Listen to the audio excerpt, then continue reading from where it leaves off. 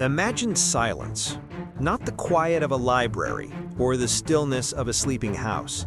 Imagine the silence at 41,000 feet, a profound, absolute void of sound where, just moments before, there was the reassuring, house-sized roar of two massive jet engines. This is the silence that 61 passengers and 8 crew members of Air Canada Flight 143 suddenly found themselves plunged into. They were suspended 7 miles above the Canadian prairie in a brand new 132-ton Boeing 767 that had just become the world's largest, most expensive, and most terrifying glider. The engines hadn't just failed, they had starved. The plane was completely, impossibly out of fuel. It was July 23, 1983, a beautiful summer day. For Captain Robert Bob Pearson and his first officer, Maurice Quintal, the flight from Montreal to Edmonton was supposed to be routine. Their aircraft was a technological marvel, one of the first in the fleet, a gleaming Boeing 767 with a state-of-the-art glass cockpit, its digital displays replacing the old steam gauge dials of a previous era. But this new technology concealed a critical flaw. The fuel quantity information system, the very computer that tells the pilots how much fuel they have, was on the fritz. It was a known issue, logged for maintenance. The workaround? A manual calculation. A dripstick measurement, like checking the oil in your car, but for a 200,000-pound jet. And here, in this simple manual process, a catastrophic error was made. An error born from a country in transition. Canada was in the middle of switching from the imperial system to metric. The ground crew calculated the fuel load not in kilograms as the new 767 required, but in pounds. It's a simple conversion. 1 kilogram is about 2.2 pounds. But when you're loading tens of thousands of units, that simple conversion becomes the difference between a full tank and a flight to nowhere. They loaded 22,300 pounds of fuel instead of the required 22,300 kilograms. They had less than half the fuel they needed to reach Edmonton. No one knew. The faulty computer in the cockpit read what the pilots expected to see, and the manual calculation had been signed off. Flight 143 took off, a ticking bomb of miscalculation climbing into the sky. The first sign of trouble came as they soared over Red Lake, Ontario. A single, jarring beep from the cockpit warning system. A light flashed, low fuel pressure, left side.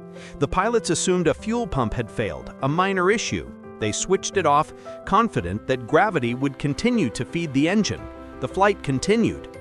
The universe, however, was about to send a second, more insistent memo.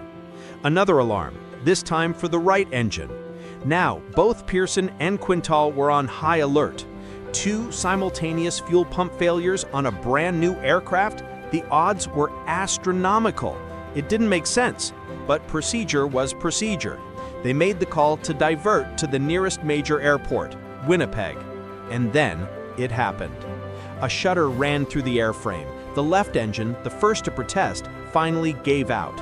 It went quiet. Captain Pearson wrestled with the controls, the plane now fighting an asymmetric drag, wanting to pull to one side. He began the well-practiced but always dreaded single-engine landing procedure. But the plane had one more surprise.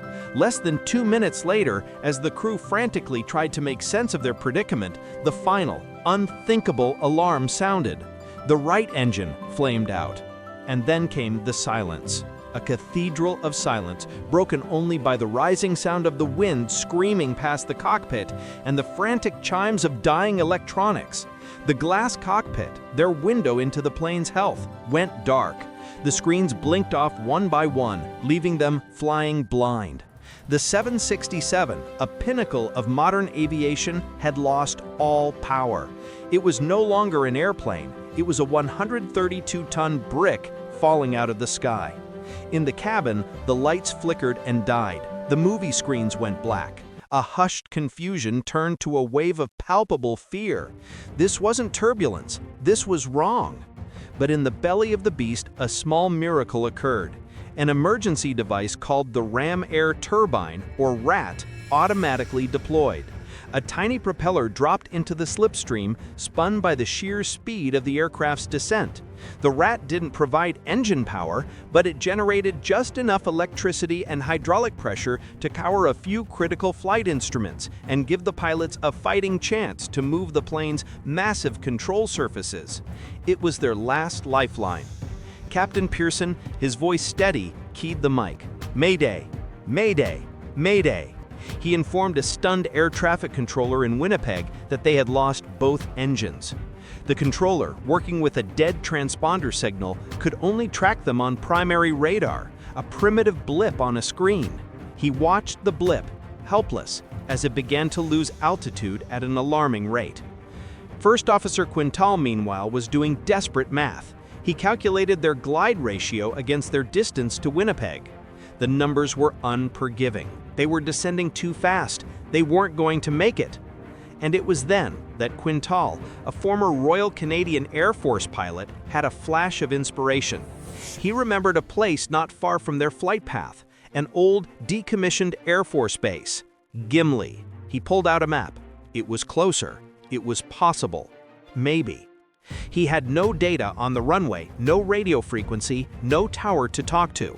He only had a memory. Pearson looked at his first officer, weighed the non-existent options, and made the decision. Okay, to Gimli. The world now hinged on two things: Quintal's memory and a secret skill that Captain Pearson possessed, a skill so perfectly suited for this exact moment it borders on cosmic intervention. Captain Bob Pearson wasn't just an airline pilot. He was an experienced, deeply passionate glider pilot. He knew the silence. He understood the art of flying without power. He knew how to feel the air, to manage energy, to make a single, unrepeatable shot at a runway. But the runway at Gimli wasn't waiting for them. It wasn't empty. It had been converted into a public space, and on this particular Saturday, Gimli Industrial Park Airport was hosting a race day for the local motorsports club. The old runway was now a drag strip, lined with families, RVs, and kids on bicycles, all enjoying a summer festival. They were directly in the path of the silent descending giant. From the ground, it was a surreal sight. A massive passenger jet, impossibly low, appearing from the clouds without a sound. It looked like a UFO, a ghost ship sailing through the Manitoba sky. In the cockpit, Pearson and Quintal saw the runway, and they saw the people. But they had a bigger, more immediate problem. They were too high and too fast.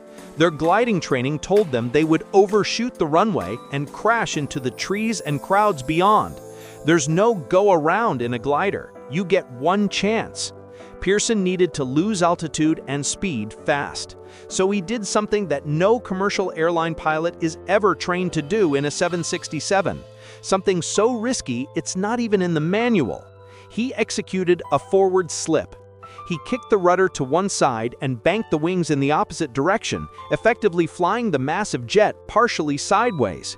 This maneuver turns the side of the fuselage into a giant air brake, creating enormous drag and forcing the plane into a steep, controlled descent without gaining speed.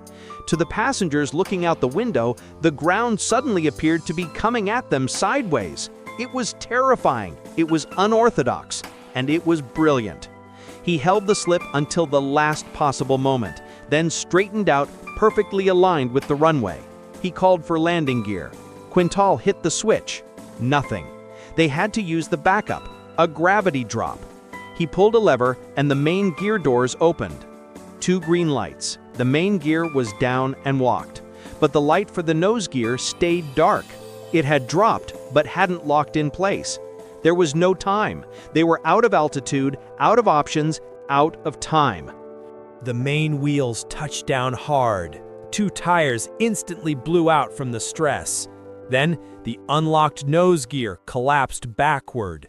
The nose of the 767 slammed into the concrete, sending a brilliant shower of sparks into the air.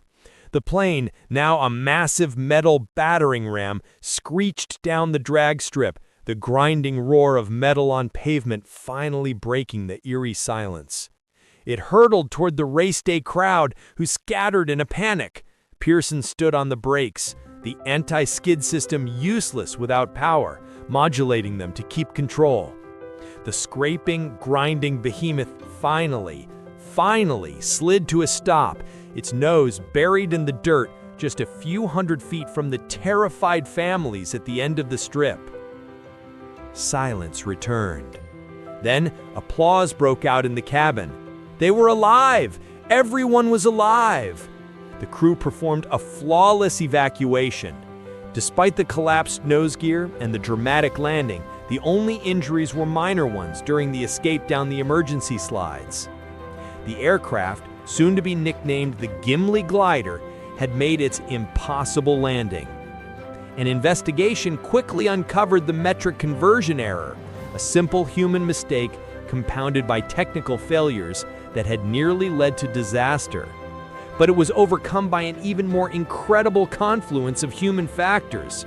A first officer who knew of an abandoned runway from a past life, and a captain who just happened to be an expert in the forgotten art of powerless flight.